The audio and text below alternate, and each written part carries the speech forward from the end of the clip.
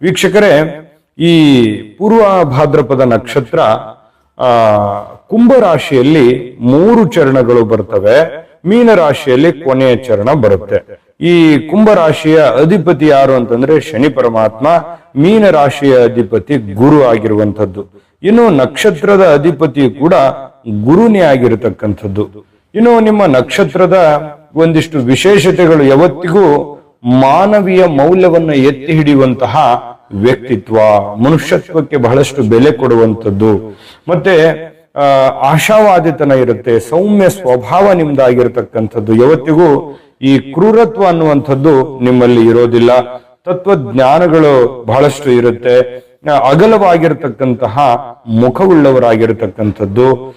ಜೊತೆಗೆ ಈ ಸುಖವಾಗಿರಬೇಕು, ಈ ಯಾವುದೋ ಗೊಂದಲಗಳು, ಜಂಜಾಟಗಳು, ಒತ್ತಡಗಳು ಇರದೇ ರೀತಿಯಲ್ಲಿ ಬದುಕಬೇಕು ಅನ್ನುವಂತಹ ಅಭಿಲಾಷೆಯನ್ನ ವ್ಯಕ್ತಪಡಿಸ್ತಕ್ಕಂತಹ, ಮಿತ್ರರನ್ನ, ಬಹಳಷ್ಟು ಜನರ ಮಿತ್ರರನ್ನ ಹೊಂದಿರತಕ್ಕಂತಹ, ಸ್ನೇಹಮಯ ಆಗಿರ್ತಕ್ಕಂತಹ, ಸತ್ಯವಾದಿಗಳು, ನ್ಯಾಯವಾದಿಗಳು, ಧರ್ಮವಾದಿಗಳು, ತಿಳುವಳಿಕೆ ಇರತಕ್ಕಂತಹ, ಸಮಯ ಪ್ರಜ್ಞೆ ಇರತಕ್ಕಂತಹ ವ್ಯಕ್ತಿತ್ವ, ವಿಜ್ಞಾನ ಮತ್ತು ಶಿಕ್ಷಣ ಕ್ಷೇತ್ರದಲ್ಲಿ ಬಹಳಷ್ಟು ಅಭಿರುಚಿಯನ್ನ ಹೊಂದಿರತಕ್ಕಂತಹ ಮನಸ್ಥಿತಿ ನಿಮ್ದಾಗಿರತಕ್ಕಂಥದ್ದು.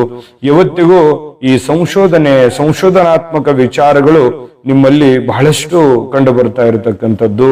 ನಿಯಮಿತ ಜೀವನದ ಒಂದು ವಿಚಾರ ನಿಮ್ಮಲ್ಲಿರ್ತಕ್ಕಂಥದ್ದು.